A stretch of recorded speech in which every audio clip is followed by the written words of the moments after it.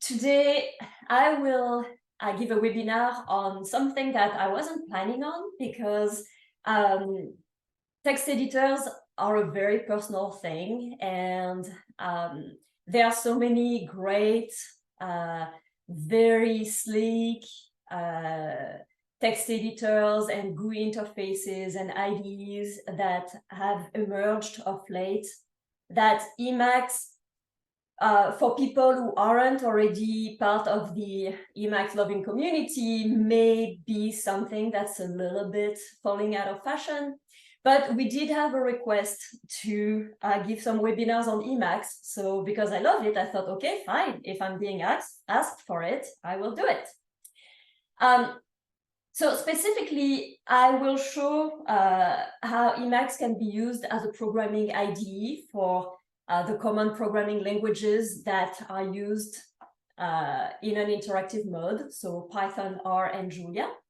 But before jumping in all of that, I will show a little bit why I love Emacs to justify why one might want to use Emacs. Well, there are, as I said, all those sleek new tools that have come up.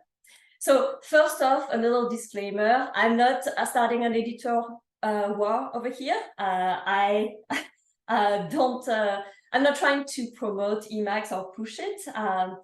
That's really a personal choice what editor people use. I'm just fulfilling a request.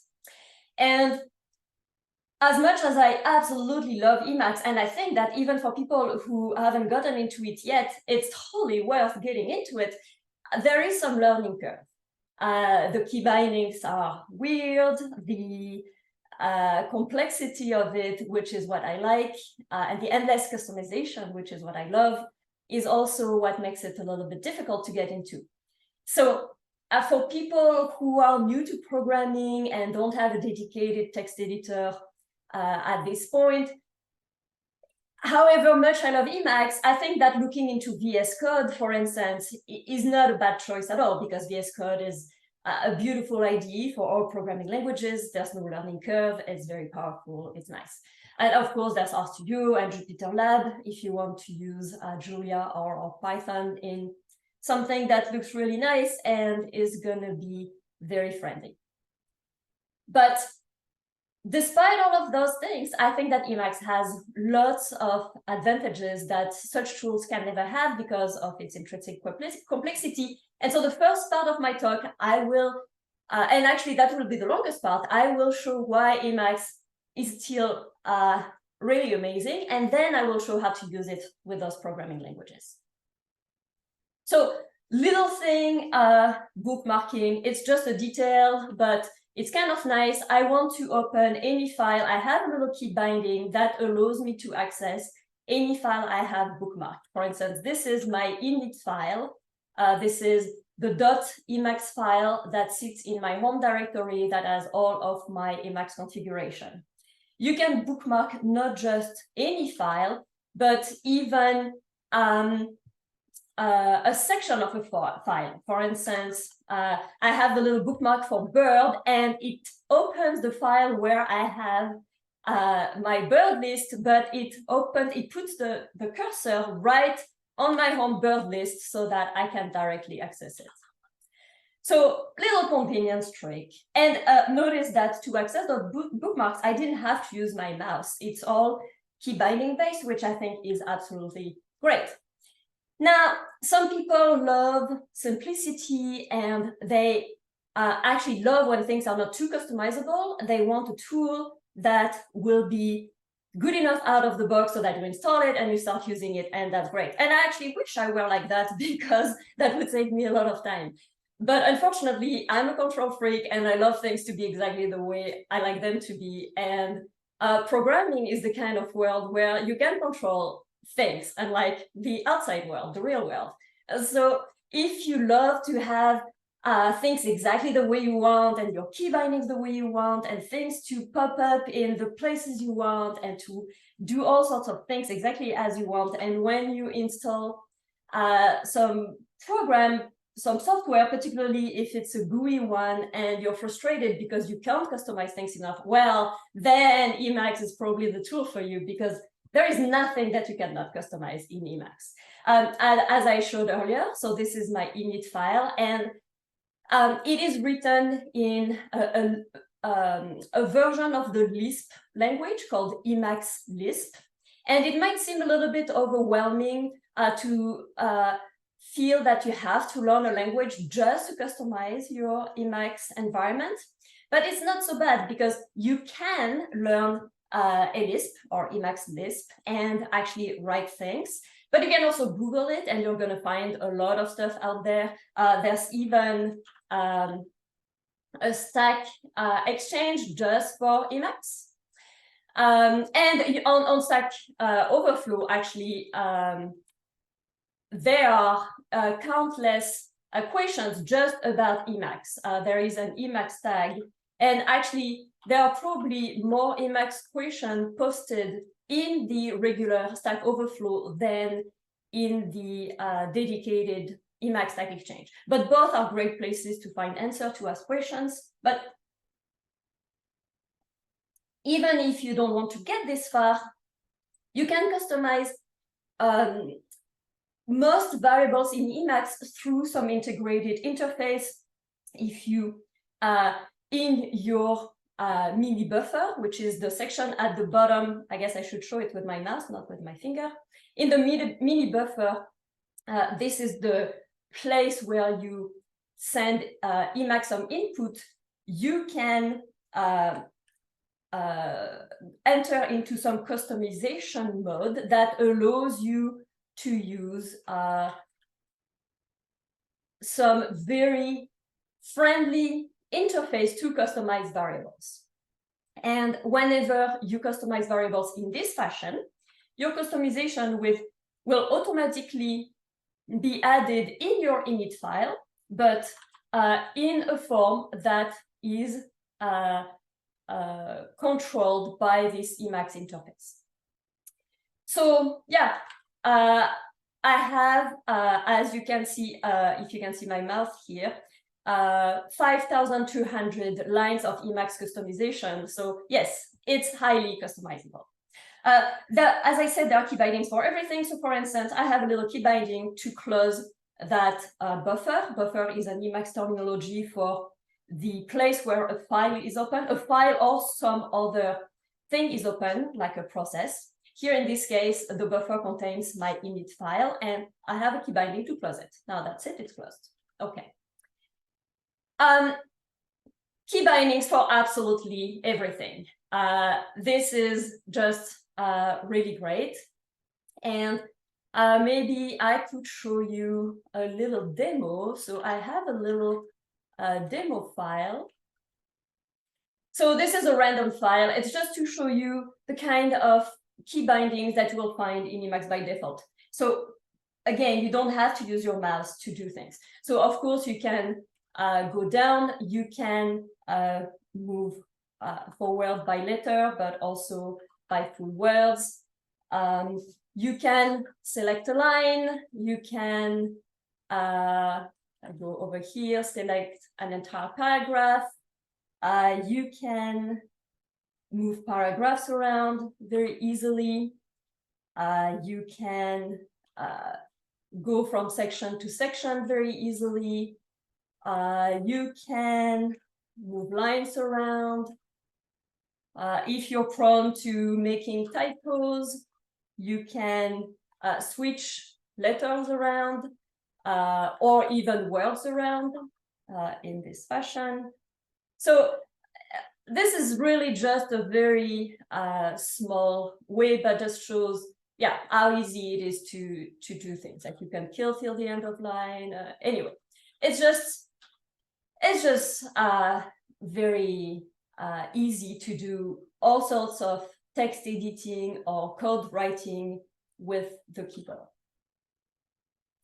Then there is a mode called org mode, which this is so a mode in Emacs is the type of sub processes that are running. So here I opened an org file, so that automatically put me in org mode. I can see it if I do this. So my major mode, which is the main mode running, is org mode. And then I have all those other minor modes that are active that allow me to do all sorts of things.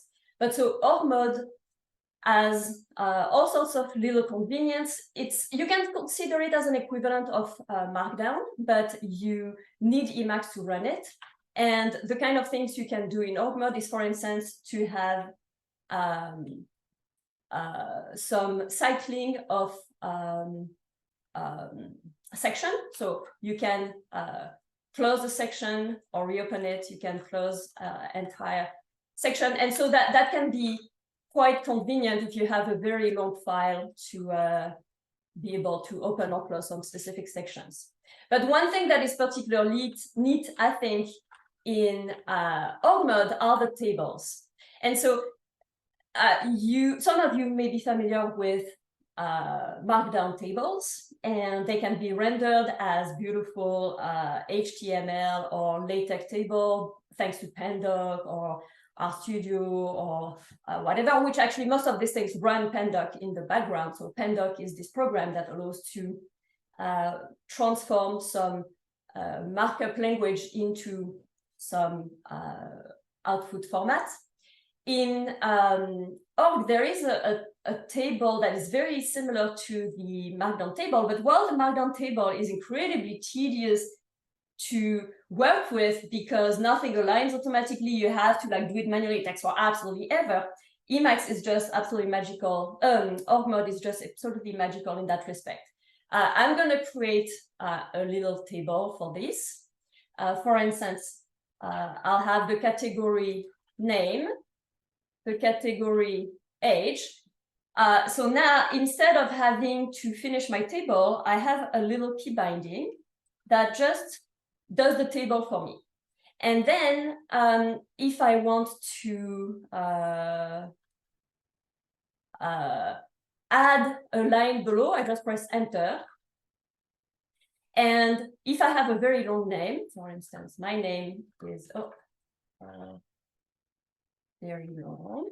So the table is all misaligned, but if I just tab to the next category, it realigns absolutely everything for me. So it looks very similar to a Markdown table, but with a Markdown table, it all looks mingled, and you have to manually add all of the spaces at every single row to make it align. Well, this is just like very long age, just like so nice and easy to be able with a single key binding to make it look good. So yeah, I don't know how people play with Markdown table without something like that. Then you can organize things in Windows very easily. So people who are familiar with tiling Windows manager, such as i3, for instance, well, you can do exactly the same, or Emacs, if you're used to having your command line windows organized in various places, you can do that in Emacs. So I can split my buffer in two, and then I can have something else, of course, in that buffer.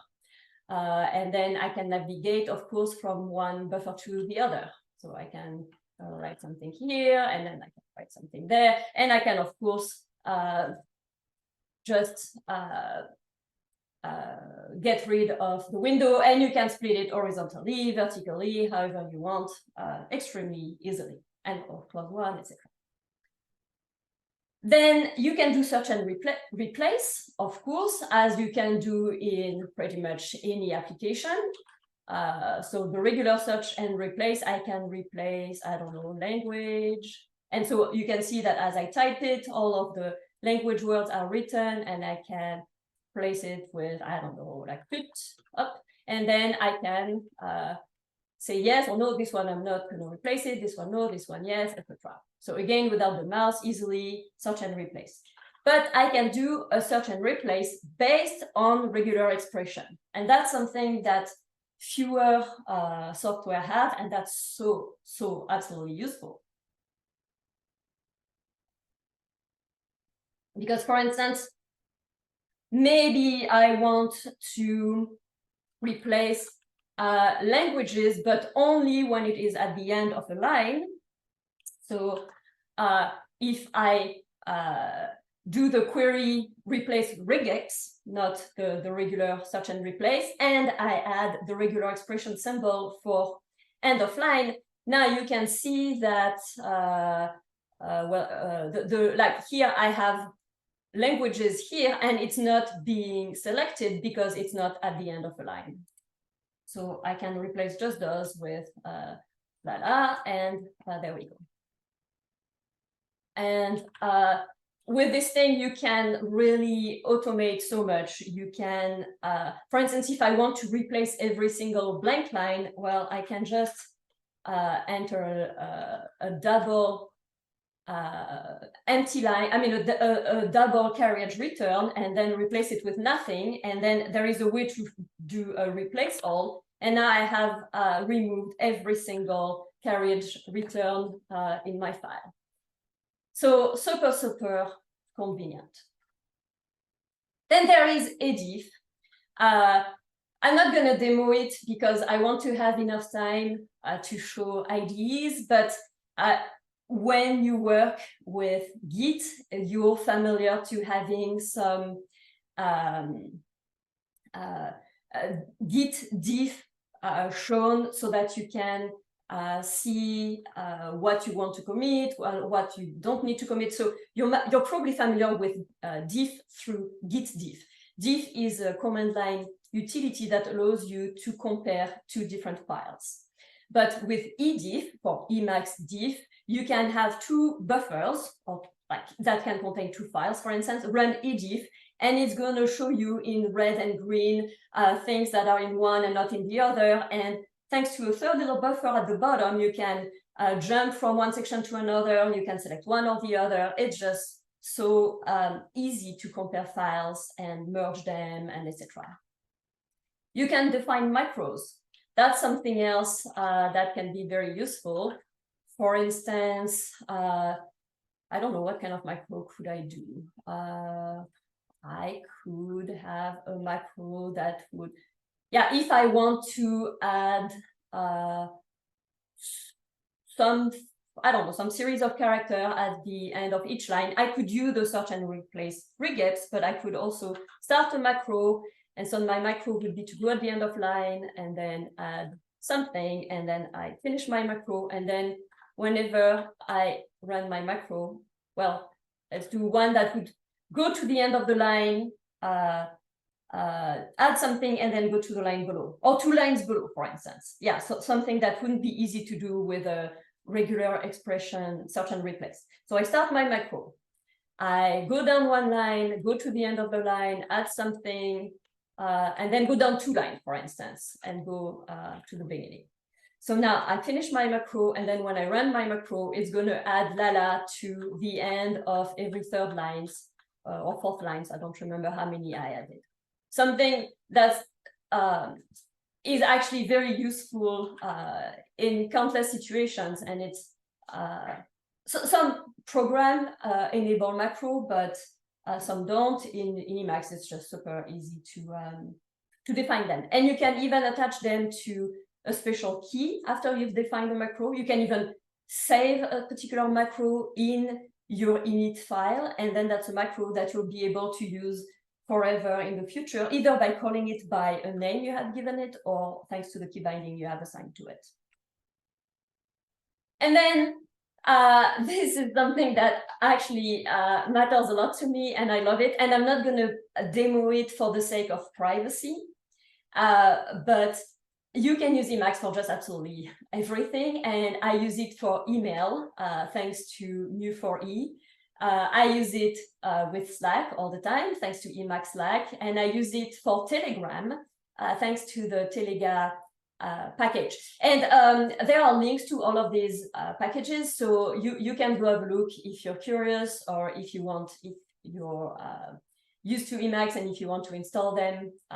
And again, I'm not going to demo it because this is recorded, it will be posted on YouTube, and I don't want the people I email or chat with through Slack or Telegram to suddenly have their names out there on the web. But unfortunately, I can demo it because it works really, really well, and I just love it.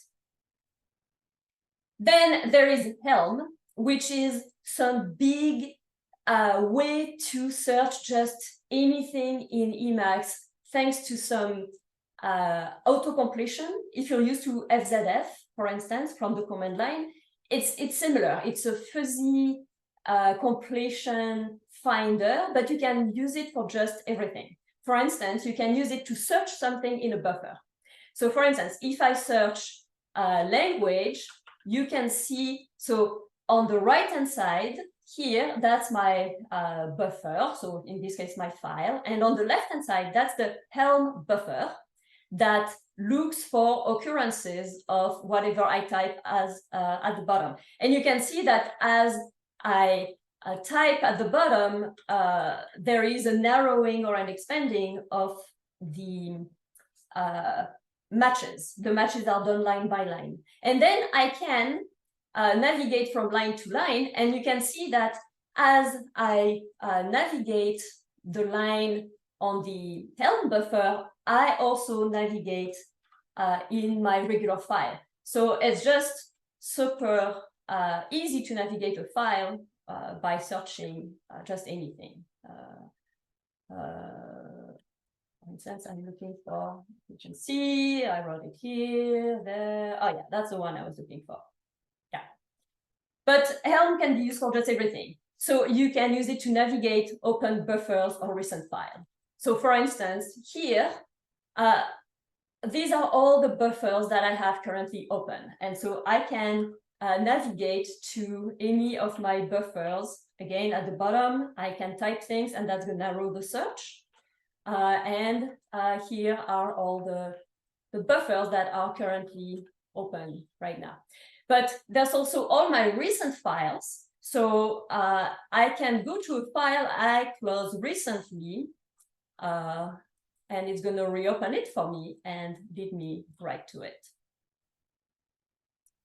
Yeah, I can use it to navigate file sections. So here, what you see in the Helm buffer are the various sections. So I can narrow down to various sections and find the proper section very easily. I can use it to select from the keyring. So the keyring, whenever you cut something in Emacs, it's called killing, and it goes to the keyring so that you can find stuff you have cut and pass them later on.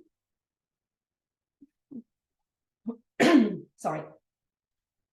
And so those are various things that I have killed, and I can then pass them wherever I want.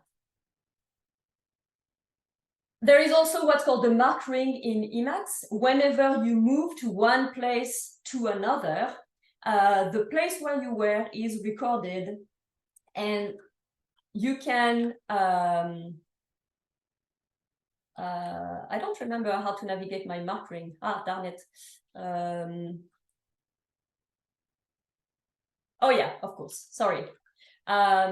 This is my mark ring, and so I can go back to the various places where my cursor was in the buffer, so that if I am typing something here and then I'm looking for something else and I move somewhere else, I can go back very quickly to where I was. I can look at the various modes. That's what I showed you earlier. So when I showed you that I was using org mode as a major mode and then all the other modes. Then there is completion thanks to company mode, and I'll show this when I talk about Emacs as an IDE, but there are all sorts of other completion functionality in Emacs. For instance, there is a snippet one where you record some code snippet that you can then autocomplete. And I do that to automate everything I do regularly. So you have snippets for any particular mode, so any programming language, for instance, or any type of file. And then you can automate the pattern of some files very quickly. For instance, like a very simple example would be in my Emacs file, let's go to the bottom, I have a little one to define a global key. So if I type KGL, which is what will trigger my snippet, then I can expand it. And so my key is going to be, for instance, this, and it's going to be function, la. So this is a very small example. Of course, this is not very exciting, but if I create something a bit more fancy, test.umb, like a markdown file, I can have, well, yeah, maybe I'll keep it at that. But you can create very fancy snippets to have the architecture of things that you do often, and the cursor is going to jump from place to place so that you can fill in the various places. There's also a dynamic expansion of abbreviation, and by default, I mean, you can configure it heavily, but by default, it will match something that's already in the file. So for instance, if I type MAC, because I have, used machine, why is this not working? Because I have used machine in this file before, it will complete to machine. If I type COM, it will complete to compile, because compile is before. But you can even do it for entire sentences. So for instance, if I type U, it's going to complete to human readable, but then if I type space and then more tab, it's going to keep on completing to something that is above. So that's actually super convenient. So all sorts of completion utilities that allow you to do some tab or other expansions within any file. Then there is undoing and redoing, and that's the last thing that I will spend a bit of time on before I jump to the IDE, but I'm going to spend a little bit of time on this one because I think it is fantastic. But first, a little bit of theory about undoing, because I think it's really super interesting, and that's one of the reasons that I really love Emacs, and particularly with the undo tree package, which was actually inspired by a Vim package of the same name. So a lot of systems, most software out there, whether they're GUIs or otherwise, however performant they have, are linear systems with a classic undo redo. That's what you're used to with Word, Excel, like the vast majority, if not all, of the software that most of you are using. So if you have some file at a certain state and you make some edits, so the little orange circle is, of course, the state of things where we are at, and the dot represents some state of the file as we're working through the file. So we make edit. Now, you can undo. So you can go back to a previous state of your file. And you can do, some software are very limited in the number of undos you can do, but most modern software lets you do a lot of undo. So you're able to go very far back in the state of your file, which is very convenient. And then you can redo to go back to where you were. So it's all absolutely great. But if at this point, you make a new edit, so your previous place was that little dashed circle, and now you've made a new edit from that previous place. Of course, you can still undo. Oops, sorry, I went backward. Of course, you can still undo as much as you want, and you can redo as much as you want. So it's great, but anything that is on that branch you have left is lost. So you can undo and redo as much as you want, as long as you don't break the chain of undo redo. If you make any edit somewhere, there's a whole part of your history that's lost. So it's really not ideal. It's simple. There's an undo button or command, key binding, and a redo button or key binding. It's basic, it's simple, it's easy, but you lose a lot of stuff. So it's not great.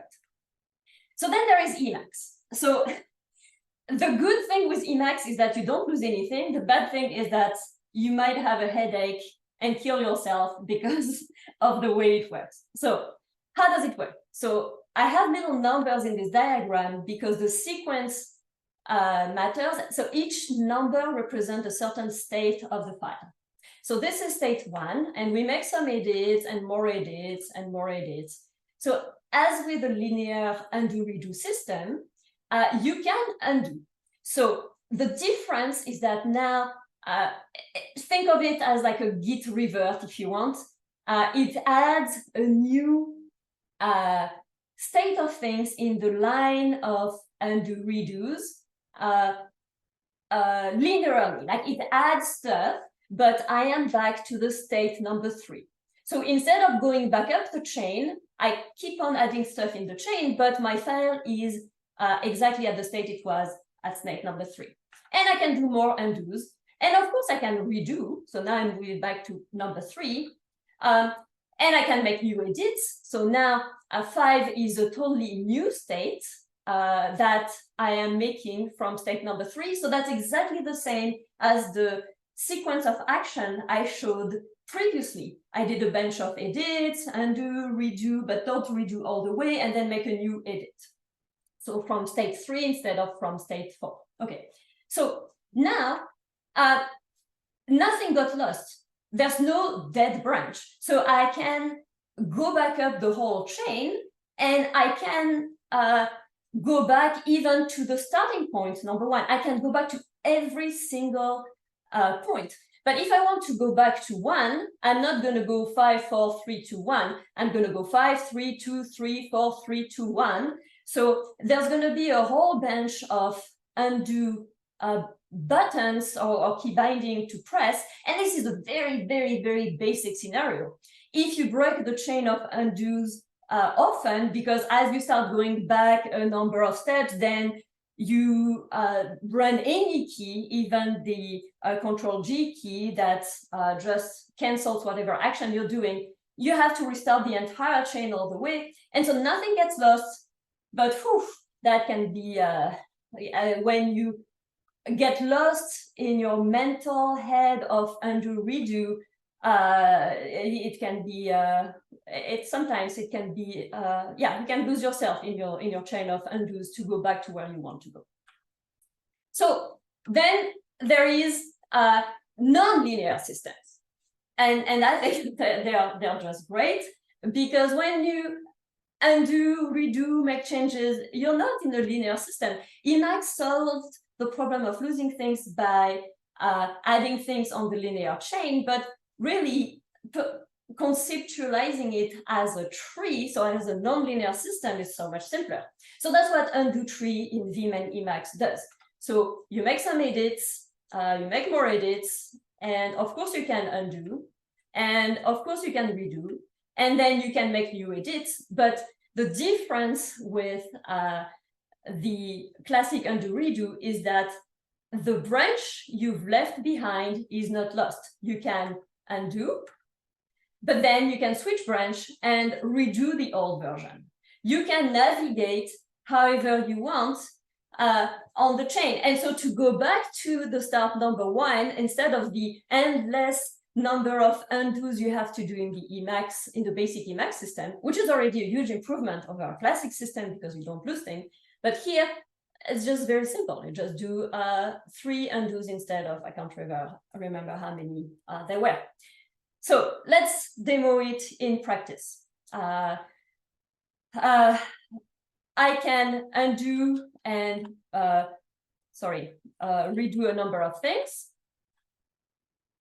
But what's really cool is that there is a key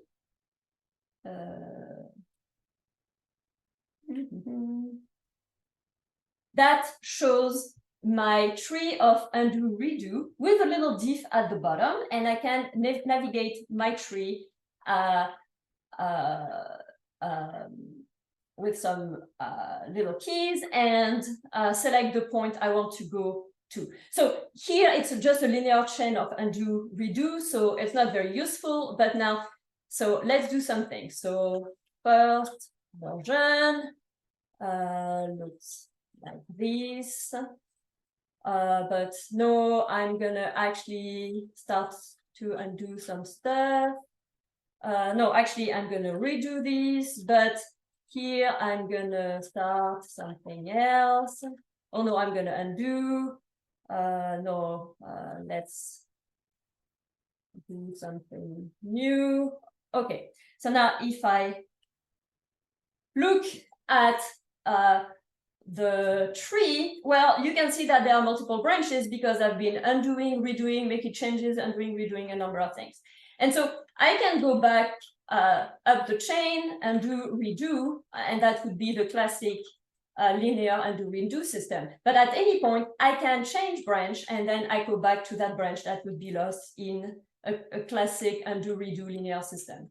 And I can navigate my entire tree, and I can see the changes being applied in action in my buffer. I can see the diff at the bottom. I mean, it's just like an absolutely incredibly wonderful system. And I can select whatever state I want it to go to. So I spent a lot of time on this, which was irrelevant to the IDE per se, but I just wanted to make a point as to why one might want to start using Emacs as an IDE in the first place. Well, there are tools that are so specialized to working as an IDE that they are, as an IDE per se, probably better, but they cannot match all of those other functionality that Emacs has in any context, including, of course, as an IDE. So it's time to talk about Emacs with Python. And Emacs by default comes with a Python mod, so you don't have to install anything, because Emacs has a number of packages. I should have mentioned that earlier. So Emacs by default comes with a ton of functionality, a ton of those modes, those major modes and minor modes. But you can also install any number of packages that will add functionality to Emacs. So for Python, by default, it works out of the box, with, of course, syntax highlighting and etc. But there is an LPy package that there are alternative packages to work with Python in Emacs, but this one I think is just really great. It adds lots of auto-completion functionality, lots of, it really turns Emacs into a full Python developing environment. It's very well documented, it's great. And so let's open a Python file. I have one here. So I have LPy installed. So as soon as I open a Python mod, so you can see here at the bottom Python, so that's the Python major mod, I have LPy over there as well. So if I look at the mods, I have Python mod is the major mode. It opened automatically when I opened the file, thanks to the py extension, of course. But I have also LPy mode as an active minor mode. And so this is my Python script. It has, of course, syntax highlighting. I can autocomplete in it. I can do all sorts of things in it. But when I run Control Enter, it opens automatically a Python shell that also runs in Emacs in a different buffer. So on the left is my a buffer containing my Python file, and on the right is a buffer containing a Python shell. So a running executable of Python. And so here, if I look at the mode, you can see that the major mode is the inferior Python mode, which is the mode that Emacs uses to run a Python process, and a bunch of active minor modes. So, of course, I can navigate from one buffer to the other. So I could use the inferior mode just like I would use a Python shell.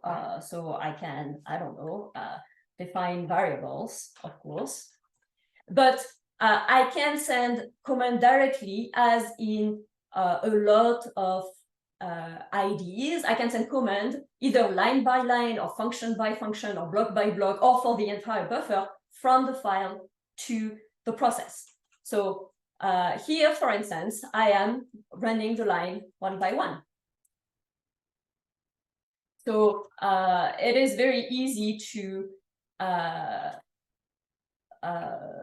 execute code, and the code was a code that I took on the Matplotlib website to draw this graph, and so you can see that I have a figure that opened there. So that's for, let me do a little bit of cleaning maybe. That's for Python. So I'm going to kill this buffer. See, it says buffer Python as a running process. So it has this running Python process, but yeah, I'm going to kill it. Oh, and maybe I should show a little bit of auto-completion. So I have NumPy as NP in this buffer. So I can, of course, do some, trigger some auto-completion. Oh, no module NP, because I killed the process. Sorry, let's me run. Okay, so now that I have a running process with NumPy imported, if I type np dot and then autocomplete things, it's gonna give me all sorts of suggestions on what to autocomplete. And note that by default, these things pop up automatically, which is the case in most IDEs. But I find it absolutely obnoxious to have things jump out of my face when I don't want to. So I have customized it so that it doesn't do it automatically. I have to trigger it with a button. But if you like things being triggered automatically, that's actually the default behavior. So here I typed np.rn and then triggered the key for auto-completion. And you can have that, as I said, trigger automatically, and you can set the time after which it gets triggered. And so I am using company mode for auto-completion. So and LPy company mode is the mode that allows all of the auto-completion environment in Emacs. But for it to work with Python, you have to tell this company front end to use as the backend some Python information, and this is set by LPy.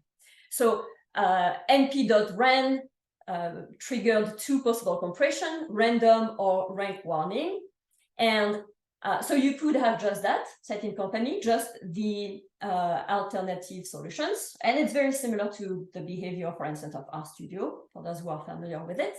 And you can select one or the other, but you can also either automatically or triggered by a particular key or after a certain delay, have the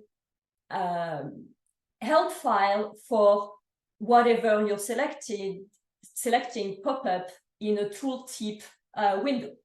And so this is a way to not only select the various information, but also have the various information shown. So rank warning doesn't seem to have a tooltip, but if I type this, for instance, I can have array wrapper, and this one has a tooltip, or I can have array, and this one has a tooltip, and I can have arrange, and this one has a tooltip. So the formatting here is not very convincing. It doesn't look very good, but you can customize the size of it, the formatting of it, the time, etc. So I don't use the tooltips much, which is why I haven't customized it to have it look very good. But I do use the various suggestions a lot. So yeah, I forgot to show that. So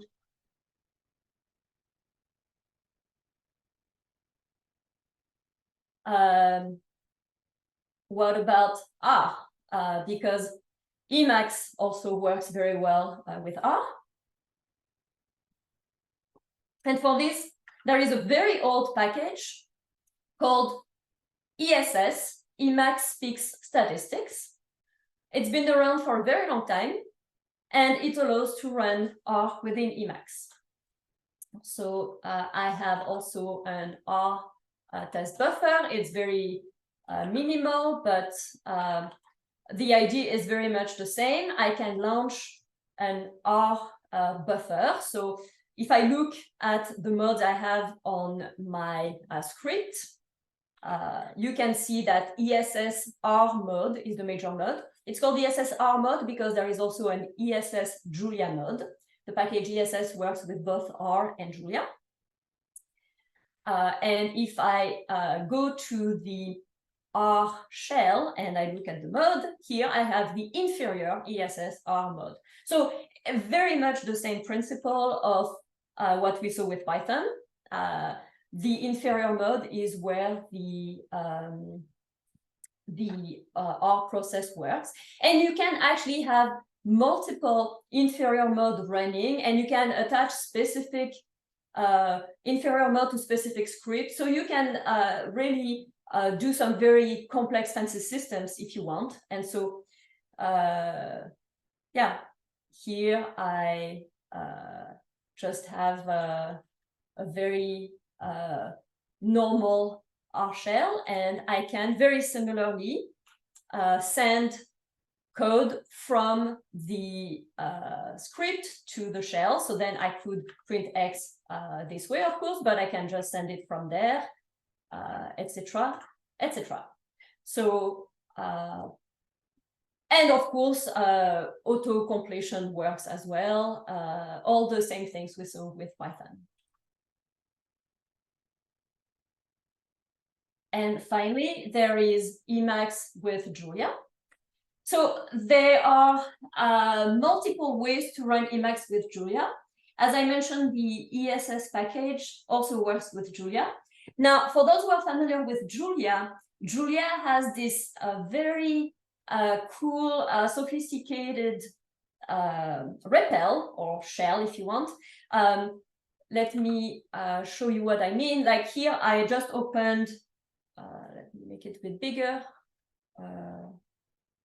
I just opened a terminal here. If I launch from the terminal Julia, that launches the Julia REPL. This REPL is a little bit sophisticated because, okay, I can use it as I would any REPL, but I can, if I press a question mark, open some help file that allows me to open some documentation. And I can also turn it into a package mode where I can add, remove, maintain my packages. And I can also turn it into a shell mode where I can use bash commands. So this sophisticated system is not something that the ESS package allows to do in Julia because it doesn't provide this fancy terminal ability. So if you don't mind not having that, ESS works with Julia exactly the same way we saw it work with R. But if you want something that's a little bit more powerful with Julia, there is the Julia mode. That is a package that provides all of the syntax highlighting for the file. And you can combine it with the Julia REPL package. So those are packages that you have to install independently, and they're linked to the GitHub repos. And the Julia REPL package implements the fully functional Julia REPL. And you can use it as is, but you can additionally use it with the Emacs libvterm package that allows to run vterm instead of the default Emacs terminal. And then you have really something that's really powerful and really great. And that's what I will demo. So I have a little Julia script. So we can look at the modes that I have. So Julia mode, that's the mode that allows the Julia syntax highlighting. But I also have this Julia REPL minor mode that got activated automatically because I set it this way when I launched the Julia mode. And that allows me to automatically run the Julia REPL connected to my Julia script with vterm. So these are all things that I have set up in my .emacs config. And just after the demo, I will show you what my Emacs config looks like, just so that you have an idea. But not that most things work out of the box. I like customizing things, so my init file is fairly complex, but you don't have to customize everything to have things work. Usually getting things to start working is fairly simple and often well documented. And so here I can, of course, use the REPL the way I would. And even though I am in an Emacs buffer, and you can see the modes that are, I can't actually look at the mode because I haven't configured it yet, but I am in Emacs, as you can see at the bottom there. I am in a Julia process running in an Emacs buffer running vterm. So that means that I can use the full REPL functionality of Julia, doing all of the things that I would normally do in the classic REPL. So I can access the help file, for instance. So the REPL looks just like a regular REPL. But the difference, since I am in Emacs, is that I can use it as an IDE and send my commands directly from the script to the terminal. Now, if this takes forever, that has nothing to do with Emacs. It's a Julia thing. When you load some packages in Julia, particularly if they have to do with plotting, it takes for absolutely ever. So here I've just loaded the Kero Mackie package, and this always takes a while in Julia. And then I can launch some code, and that allows me to run things as we saw with other languages. Here I'm sending them line by line, but you can send them function by function, block by block. You can set your own key bindings. It's really all up to you. So here again, there is some time going on there. That's because Julia is slow when it comes to plotting. And here I am plotting the figure. So here is my figure. And you can note here that I am in a Julia buffer here, in an Emacs buffer. So my figure got plotted in a buffer. But that's because I installed an additional packages and set it this way. By default, the figure would pop up in my default picture viewer the way it happened with Python or R. But in Julia, you can additionally have your figures show up in Emacs, which I think is particularly cool in julia.emj buffer. So there is, of course, autocomplete, as with all other things.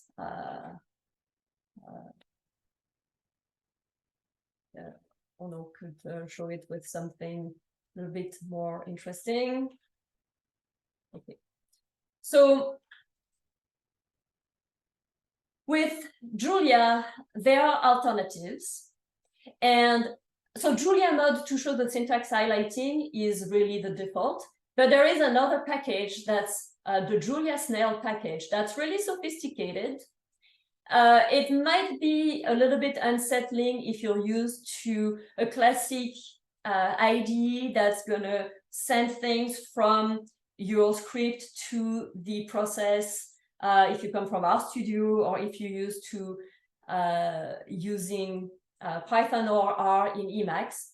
But it might be in a certain way more Julia-like. And so let me call this process.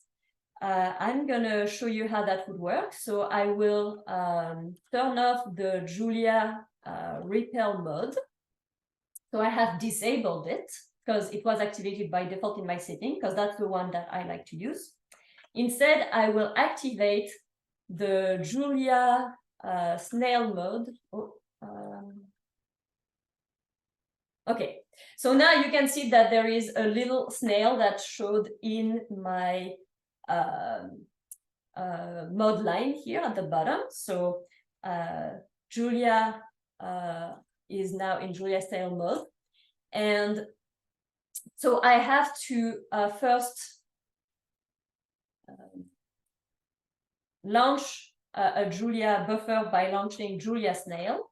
So of course I could set some key bindings to do this automatically. I'm gonna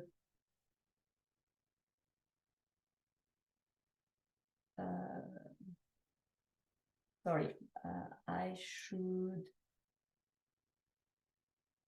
Okay, so it is customizing things, and in Julia that takes a little time. So it's starting a Julia process, time to first plot, etc. So okay, that takes a little time. Let me reformat all that, because since it's a mode I normally don't, a way to run Julia that I normally don't use, my settings are not very nice. Okay, well, I would have to configure it to have only one of those buffer show instead of all three of them. But the difference here is that if I evaluate, so ignore the buffer on the right, but if I evaluate something, so if I'm in my script and I run it, now the difference is that it writes the result right next to it briefly until I run something else, instead of running it into the REPL. So I can use the REPL as I would use a Julia REPL, but it doesn't output the result in the REPL. The REPL gets output next to whatever I am running. So it's a different way of running things. It's more powerful for some stuff, somewhat more awkward. I like it less, but it allows to do more things. Yeah. So the outputs are going to show in this way. And I apologize for the poor customization.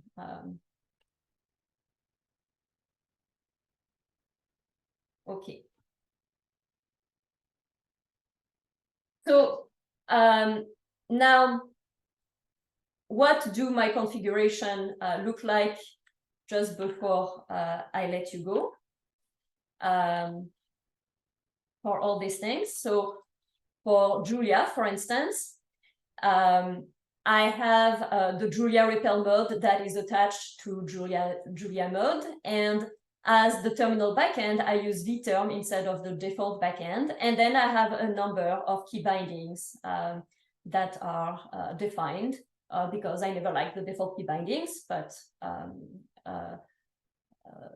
you don't need to set these kind of things. So Julia snail, my configurations aren't activated, which is why I had all these very weird things, but you would have something fairly similar.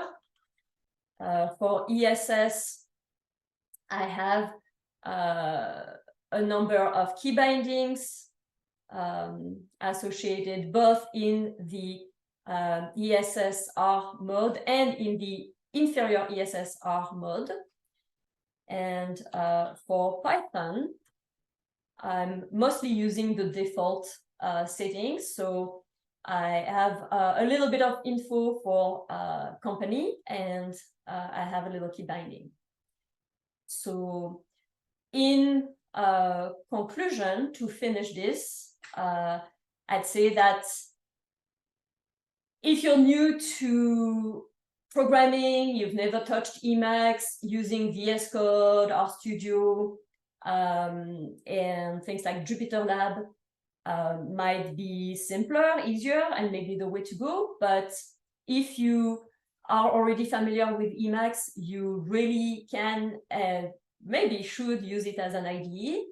And if you're new to all of that, but you love to customize things and you are attracted by the real power of having a text editor that has so much functionality, and I just scratched the surface of the kinds of things that can be done, like the endless undoing, all the added functionality you can have, all the customization, being able to do everything from the keyboard, the macro, or you can have multiple cursor, you can using with regular expressions. If all of that appeal, then yes, there is a learning curve to learn Emacs, but I think it's way worth the time, and I really personally love it.